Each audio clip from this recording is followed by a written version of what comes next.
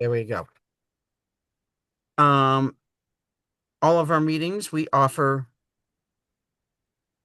God, my mind is blanking again. Closed captions. Um, on your nav bar, if you do not see a little square that says CC, click the ellipsis where it says more. You should then see captions as one of the options, and you can turn on captions for the thing, just in case that's helpful to you. I find them very helpful myself. Um, during Sydney's presentation, I would ask that you please put questions in chat, and I will take chat questions first at the end. If we then have more questions, we can take live questions also. I think that's everything. Linda, did I miss anything? Since my brain is being fuzzy? I think that's everything. I'm going to shut up and I'm going to let Sydney talk, and she's going to tell us about the effect of weather on family history.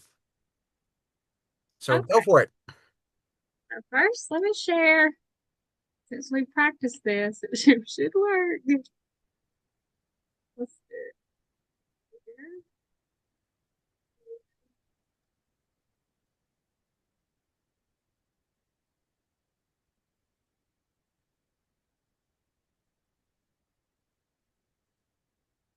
All right, so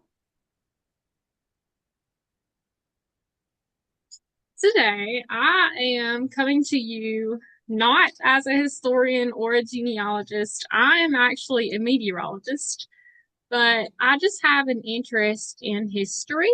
And so I met some people in the past that also had an interest in history, but they had an interest in understanding how weather relates to history.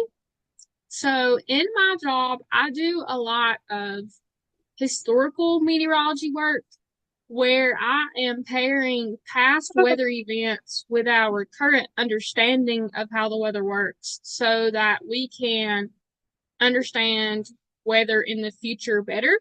And so a lot of the work that I do for my job is centered on past historical weather archives and all of the interactions that I had with historians. They didn't understand, or they didn't realize, they were just unaware that we have a lot of historical weather archives at our disposal that we can use, especially with our understanding of our family's history.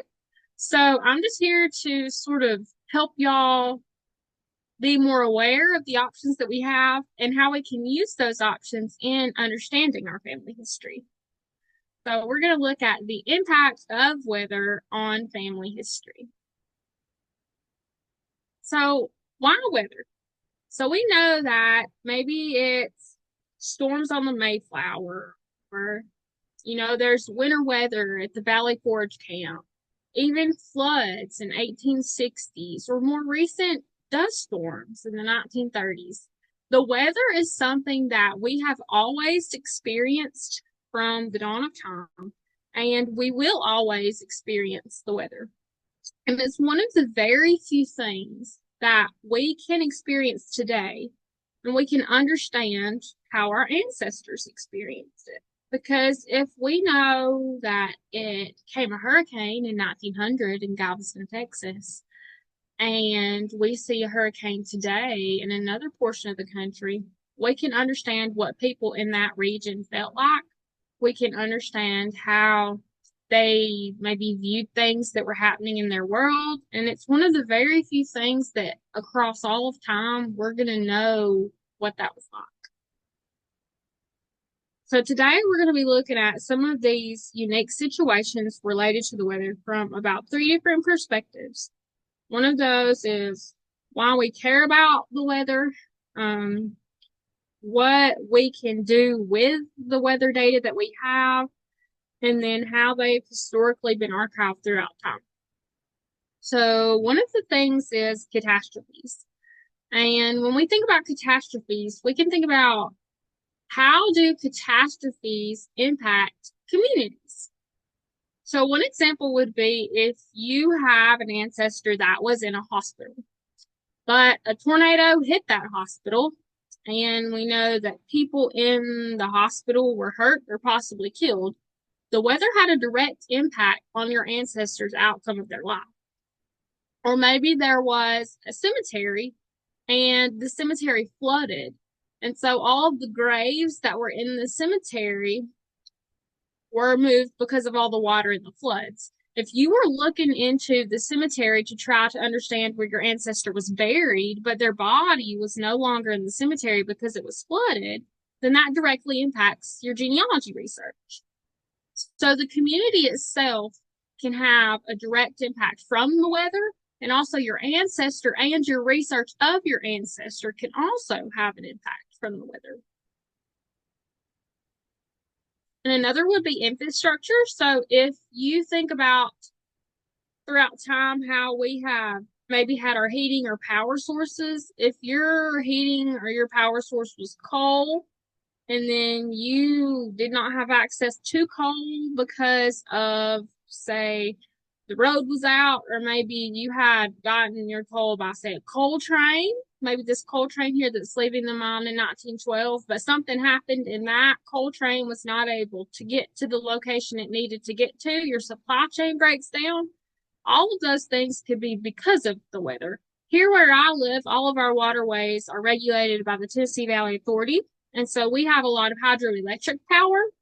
And so if we have very little rainfall, or if we have a lot of rainfall, the amount of water that goes through those dams can change. And so the weather can have a direct impact on our power generation here.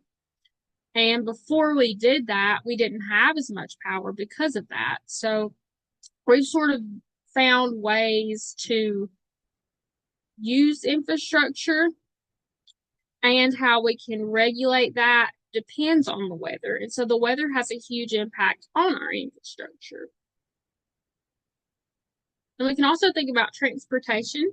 So if you are traveling in a car today, but if your ancestor were to travel in a different type of car, or they were to travel in a wagon, or they were to travel on horseback, how would the weather in that region impact your ancestor based on their method of transportation?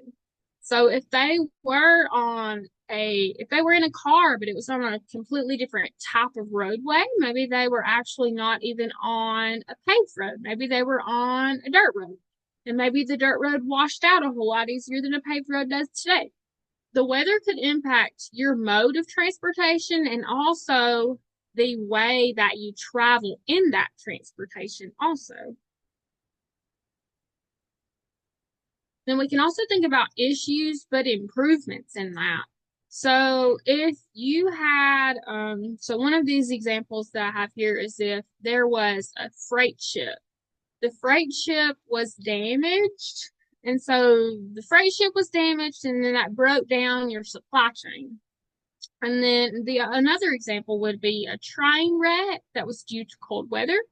So because of the weather, you had this wreck, and then over time we've used a lot of these catastrophes to try and understand how we can improve things, and we have improved things a lot over time. And then another way would be through communication. So today we have a lot of communication through the internet. That's how I come to you today. But if there were a storm at my house and it knocks out my internet access or it knocks out my power, then I'm not able to communicate with you anymore. However, we've had other communication methods throughout time that also are impacted by the weather. So maybe here we have damage to telegraph wires. So the weather could knock out your method of communication all throughout time. Or maybe you're even worried about how you communicate weather threats. So there's another example where the transmission of the forecast was by teletype. Maybe today you get your weather information from your phone, but maybe 15 or 20 years ago, you maybe got your information through another means. So how we have progressed throughout time and how we communicate not only with each other, but also the weather threat and the way that we communicate in our community, those threats has changed a lot based on how the weather works. And also just in our daily lives. So if you imagine what your ancestor was dealing with through, say, childbirth, If you were the person giving birth and it was really hot outside or it was really cold outside, we know that there are different chances for child survival through different types of weather events. So maybe there was a baby that was born during a hurricane. And if you found out that your ancestor was born during a hurricane, that doesn't drastically change anything that is affecting your life directly, but it's just a really cool thing to know that, my Aunt Alice or my cousin Sally was born during a hurricane, and that just is really neat to know. And especially to me as a meteorologist, I think that's really neat. But you may not think that's as neat as I do. So, or another thing could be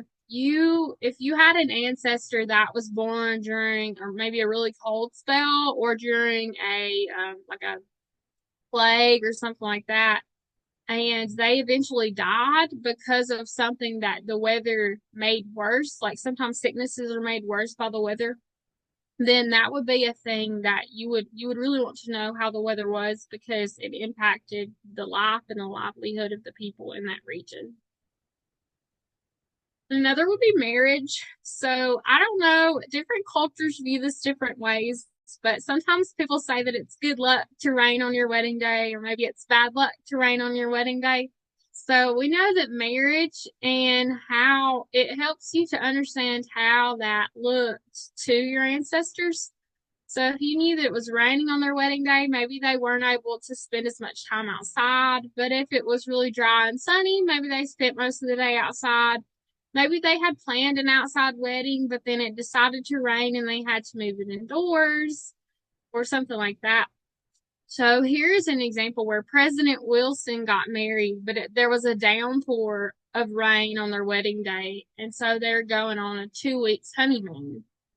So if you think about it's raining on their wedding day and then they leave and they go on their honeymoon, where were they going on their honeymoon?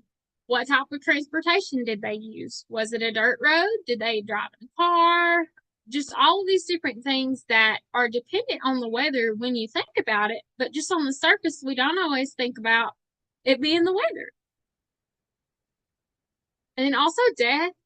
So if you have an ancestor that died during the wintertime, could there have been something that maybe they froze to death? So in this one example I have here, the winter was disagreeable to be out and get around. Many have been frozen to death in the east, but so far we have failed to hear of death due to freezing in that region. But some people froze to death, and especially if they were unable to get access to whatever they needed for their heating. So we know that freezing and death in general is very dependent on the weather sometimes.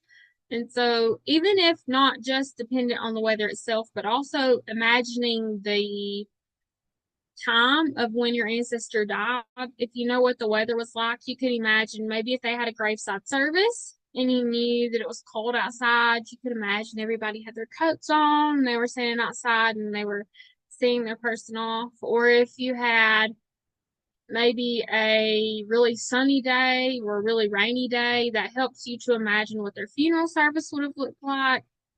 Just a lot of different things that the weather can help you imagine the life and the times of the people that we had. Also, migration and movement. So, a lot of people have moved over time due to the weather, especially if you were a farmer. So, one of the greatest migrations here of transient farm workers has been due to the weather. And so, we know that people will go where the crops are so they can work and then they can provide for their family. And if there was a really bad drought or a really bad flood or something like that that is dependent on the weather, then people will travel according to where the weather dictates their need. And so the weather has huge impacts on migration and movement, and not just here in the United States, but sometimes other places around the world. They have to come to the United States because they're unable to provide for their family where they are. And finally, there are some anomalies to this. So, one of the really, really interesting things I think about when thinking about anomalies is the year without a summer. So, the year 1816 was one of the most remarkable cold weather events that we know of, and we call it the year without a summer. And in that year, there was a sharp frost in every month, and people all over the world began to believe there was some great and definite change in the earth. But what actually happened was there was a volcano and it erupted. There was a lot of ash, and so that led to the year without a summer. And so in that year, they were replanting crops and almost everything died. And so sometimes they replanted crops several times, but they never grew. And frost, ice, and snow were even common in June. So basically, almost every green thing died, and the fruit was nearly all destroyed. So it was a really bad situation, but it was one of those things that if you did not know that happened and you just knew that someone in your family had died, you could possibly connect the dots between what was going on with the weather that year and then the reason why several of your ancestors died. So now we're going to shift gears a little bit into the impacts. So the weather has a ton of impacts, and one of those is agricultural impacts. So similar to migration and movement, you could have a cold wave that completely wiped out all of your crop. So maybe it's the peach crop, or maybe it's some other type of crop. And like in this other example, the yield of the crop depended entirely upon the weather conditions. And so over time, we began to understand how that works a lot better. We've made a lot of ways that we can sort of mitigate that impact. However, it still does have an impact. And we still know that the weather is extremely, understanding the weather is extremely important for when we think about how we have to plan our crops and our agricultural resources and how we have to prepare for things so that we don't get ourselves into bad situations. And also personal impacts. So if you were someone that lived during the Dust Bowl and you, let's say you were, and this seems like kind of trivial to us today, but let's imagine that you were a person that really liked your house to be clean, but it was really dusty all the time. Um, that could be something that really bothered you. Or if you had some form of, some form of farm labor was how you made your living and you were unable to do that, that has a huge personal impact on you and your family. You're concerned if you can provide for them. You're concerned if your children will live or die. So a lot of things personally that the weather impacts us a lot. And then also legal impacts. So these are things that are not always thought about, but they are very, very important to our society. So, for example, there was the South Fork Dam in 1889, and this dam burst, and there was a lot of water. And because of that burst of the dam and a lot of water, they realized that they were not regulating dams as they should. And so they discovered that they needed to really regulate dam safety a lot differently than they did in the past. And they decided that because of that event, they were going to change a lot of things about dam safety. And so now we have dams and we have infrastructure that is a lot safer because of past events like that dam burst. There was also the Galveston hurricane and governmental reform around weather forecasting. So the Galveston hurricane was forecast very differently than it actually occurred. There was a lot of things on the bureaucratic side of weather forecasting that caused a traumatic and a really bad outcome for that event. And so, because of that, there was a lot of governmental reform, and now we have a lot of different sort of safeguards and safety tests to prevent that from happening in the future. And there was also the Delta Airlines Flight 191 and the wind shear research that surrounded that. So, during that event, there were at least 123 people that died, and it was all related to wind shear surrounding that airport and that specific when that flight was going. And so Now we have a lot of different safeguards and safety tests to prevent that from happening in the future. We equip our pilots with a lot of different gear and a lot of different sort of knowledge about how the weather works so that as they're flying, they're able to prepare for things and they're able to understand things a lot better so they can act on the fly if they get into a situation. And then now sort of applications to today. So we can solve a research problem using the weather. So imagine you're researching the hurricane environment and you think, okay, I have this problem. How am I going to solve this problem? And so an example of a problem would be maybe you had a family member that you were really interested in, but you didn't necessarily know all of the reasons why they felt the way they did about hurricanes. So they really didn't like hurricanes and you didn't really understand exactly why, but you realize after a while that the sort of the experiences they had in their childhood led them to feel a certain way. So let's imagine a lady. She was born in 1888 and she was born in Texas City, Texas. And so her father was a fisherman and her family lived along the coast there in Texas.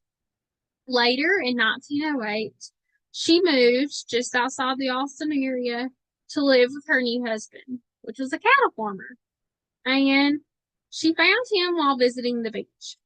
So she had a child in 1915 and later a grandchild in 1940. So in 1952, there was talk of a large storm system that was moving over the Austin area, and her grandchild, which was 12 at the time, just didn't quite understand why her grandmother was so concerned about that storm. So she had known about her grandmother. She had known about her past, but if she realized that she lived near Galveston during the hurricane of 1900 and that her grandmother was actually 12 during that storm system, that the storm even took the life of her own grandmother, her grandmother's grandmother. So if she had known that and if she had understood the relationship between her grandmother and why she was so concerned, it could possibly help her to know what caused her that problem. And another example would be if you had a distant aunt or uncle that met during a rainstorm in 1880. That's all you knew about them, but you wanted to research that problem.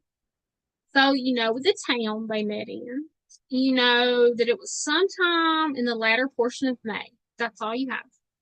So you could look into historical precipitation data for that time period, and that might help you to identify some potential dates or some potential areas to look for. So you could understand the location, possibly even the occupation of the person, among other things. And then this also helps us to envision life through their eyes. So we know that one of the biggest things that weather data does is it allows us to look into the day-to-day activities of our ancestors. And so if you imagine maybe sitting down at the table with your great grandma or your great grandma or your great grandpa, and you sit down at the table with them, what would you talk about? Probably, normally, one of the things that people have talked about all throughout time has been the weather. So you could imagine just being a fly on the wall in their life. If you think about maybe they said, oh, it rained a lot over at so and so's house the other day, or it was very, very cold last week and it caused this or that. So knowing what the weather was like could help you sort of see through the window into their life. And then also this can help us to investigate previous mysteries. So maybe there was some mystery which had been in your family for a long time. So one example would be like, why was your great grandfather originally from Tennessee, but now he lives in Kentucky? So could it be that his land was flooded and that he had to move for work? Or maybe you had a person in your family that was a sharecropper and they had to move when they were little. So maybe the move was due to the owner having to sell since the farm had a bad crop year, or it was too dry and the crop didn't have enough yield to pay off the bills. So what about maybe 5 of your family members all died within the same time period? What if a hurricane or a tornado had hit their house and everybody was hurt? Or maybe did your person die from yellow fever? So could it be that there was a warm and a wetter season from that year and that allowed the mosquitoes to be more prominent? Or maybe you know that your ancestor was actually one who done weather observations. So maybe you could find the forms that they filled out and you could see their handwriting if you had never seen it before.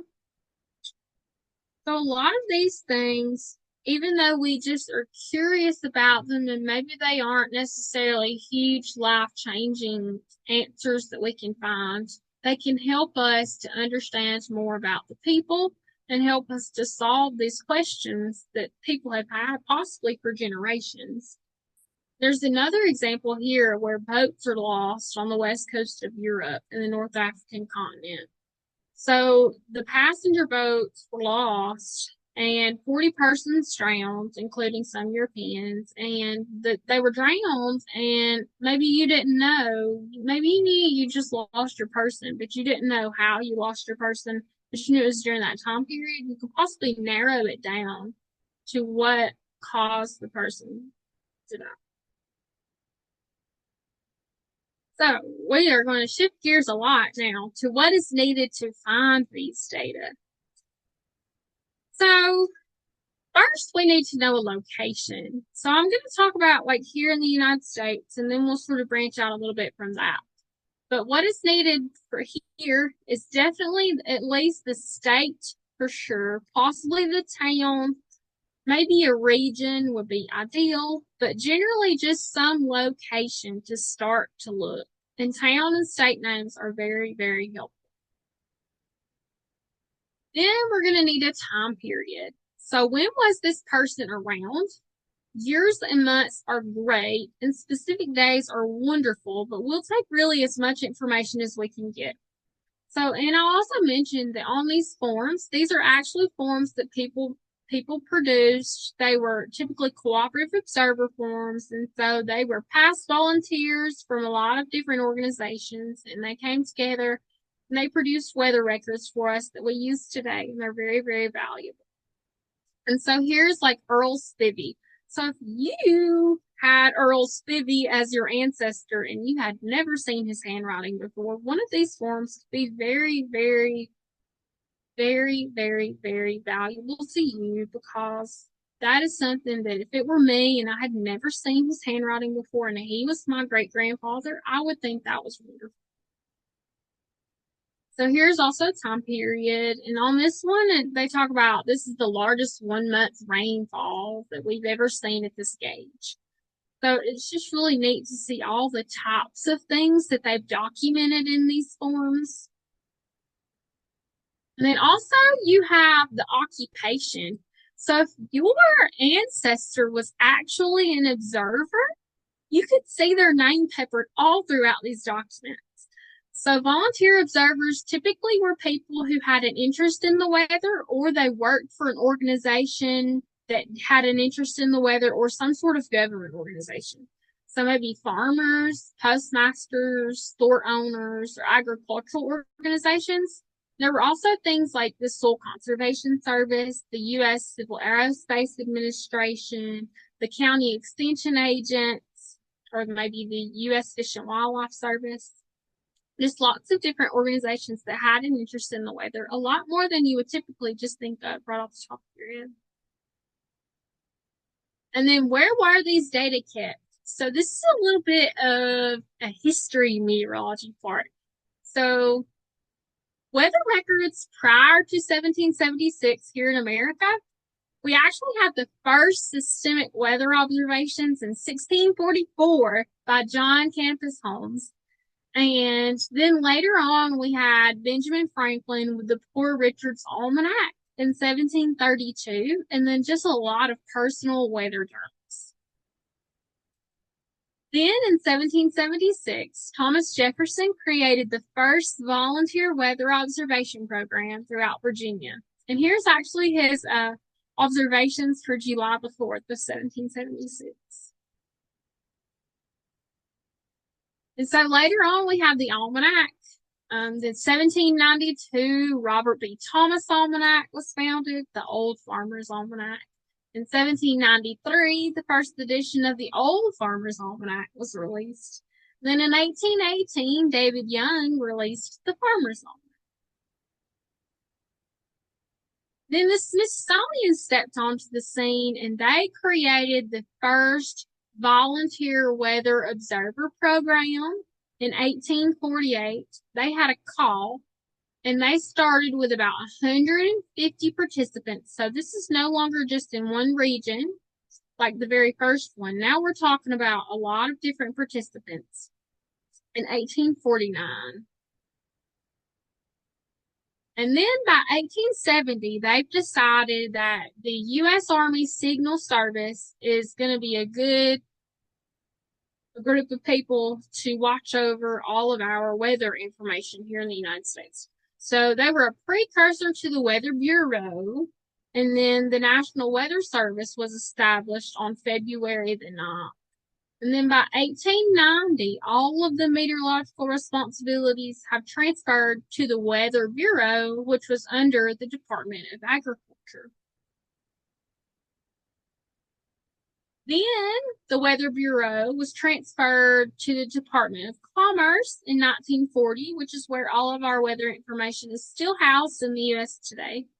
And then by 1965, it was incorporated with other different offices to create the Environmental Science Services Administration, which is like the parent to the Weather Bureau. And then now we have the National Weather Service, which is part of the National Oceanic and Atmospheric Administration, or NOAA, and that was established in 1970. And that's where all of our weather data is housed today. So where do we look for these data? So NOAA is again where all of our weather information is housed today. And it's all data archives for NOAA are typically in the National Centers for Environmental Information, or NCEI, in Asheville, North Carolina. And one of the most useful forms, in my opinion, is the Cooperative Observer Form. And this is, again, that group of volunteers that work for all those different types of organizations to save weather data for us. And here's one of those earlier forms from 1893 in Cornwall, Vermont. And so we can see that we have these forms all the way from late 1800s to current. And they give us valuable information about past weather all throughout the United States. We also have storm data forms, and so this is from 1959 to 2018, and they are a collection of different storm events all throughout the United States, and they help us to understand the big events, the special events, the events that were notable for the people during that time. And we also have the ICOADS, or the International Comprehensive Ocean Atmosphere Dataset.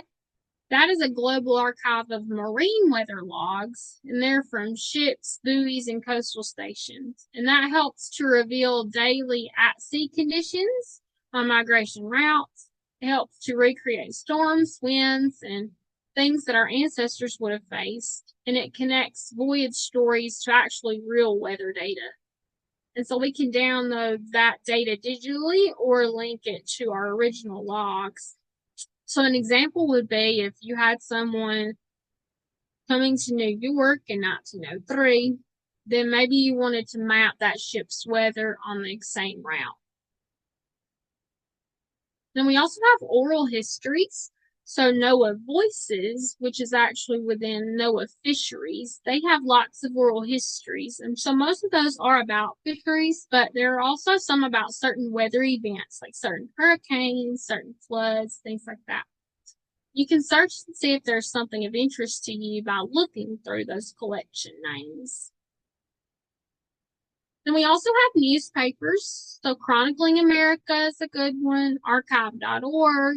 You can also use newspapers.com, which is a paid site, as well as the Purdue site. They have a lot of newspaper archives there too. And one thing about newspapers is newspapers can document the weather while they're not documenting the weather, which is really neat to think about.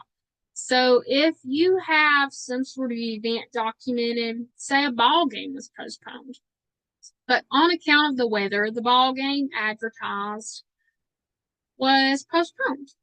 So you know the weather was bad. And even though they're not telling you the weather was bad, based on the information they gave you about the ball game, you know that it was bad. And one of the most interesting examples I think of when related to newspapers would be this babies example on the right. So the visiting nurse has gone to check on 10 sick babies, and she said that the health of the babies is much improved despite the extreme hot weather. So she was surprised that the babies were doing so well because it was so hot outside. That's not at all anything related to forecasting the weather or trying to understand what the weather was like, but we learned a lot about the weather based on the health of the people in the region.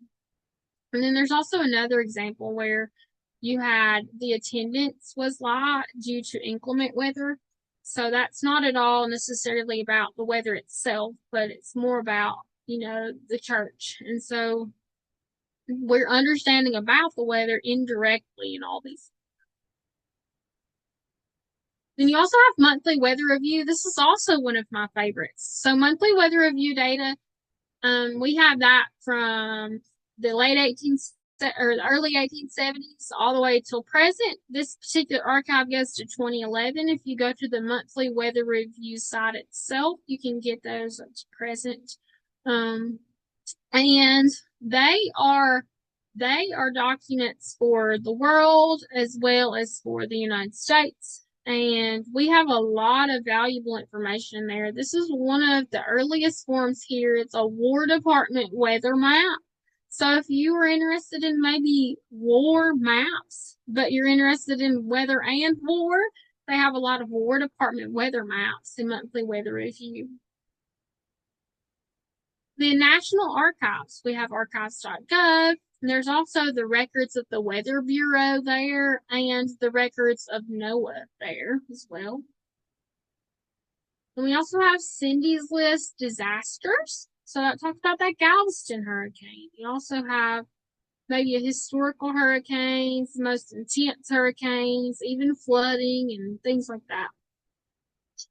Then you also have JSTOR, which has some, not a lot, but some certain archives about different types of events. Maybe one particular one looking into it, or maybe one snow event or things like that. Then you have the Harvard Library. They have the Worlds of Change, which is materials from 17th and 18th century North America. And so we have, like, say, this one example here would be the meteorological observations of Samuel Williams. So they sort of bridge the gap between personal journals and then having them housed at a Harvard library. Then also personal journals just themselves. A lot of people made personal journals. So there's maybe the Rebecca Taylor weather diary or the Phillips and Lever weather diary. But there are a whole lot more weather diaries than just those two. Universities. So the University of Rhode Island has a hurricane archive. The Indiana State University has some archives, as well as the George Mason University. Then you can also look into historical societies and organizations. So there's Jefferson 1776 to 1818 archives. You have the Lewis and Clark expedition weather observations, or the Massachusetts Historical Society has Thomas Jefferson records. And then you also have the New England Historic Genealogical Society with a lot of weather records. And then professional journals. So here in America, we have the American Meteorological Society. And then there's also the United Kingdom's Royal Meteorological Society. They have a lot of historical documents as well. And then the American Meteorological Society has a lot of things like the monthly weather review that I talked about earlier.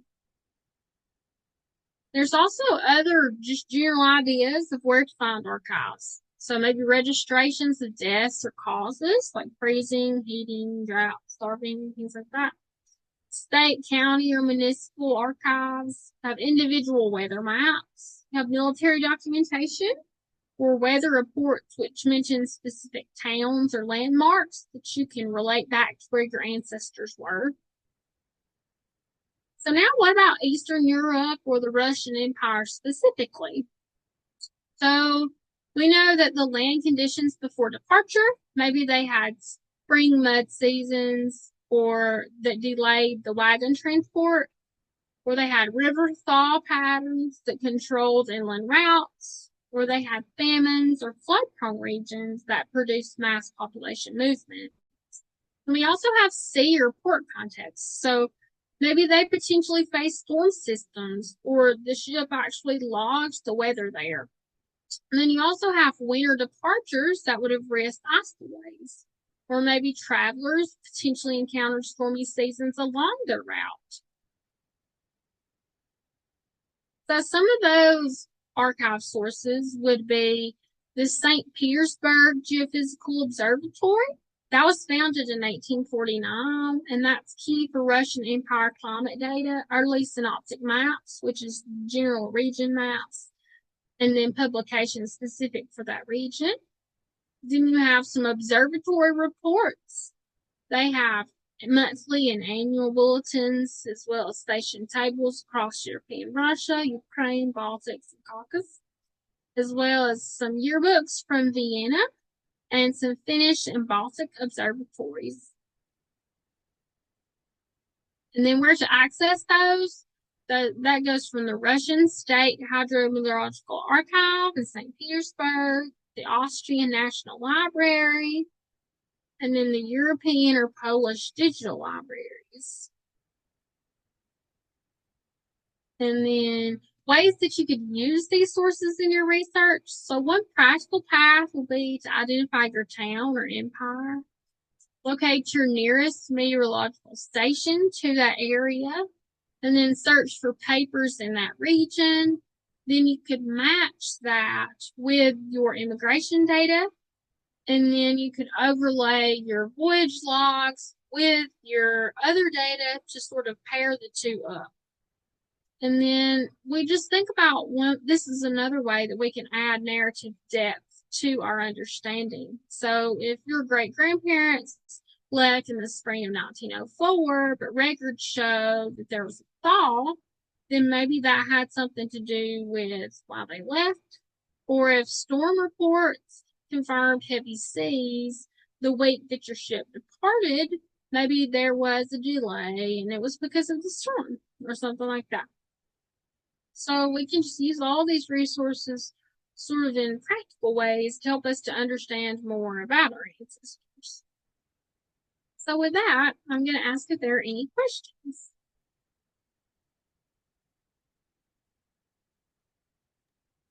Hello there. I did not see questions in the chat. Okay. Now, Linda said the link was not working. Okay, let me try it again myself.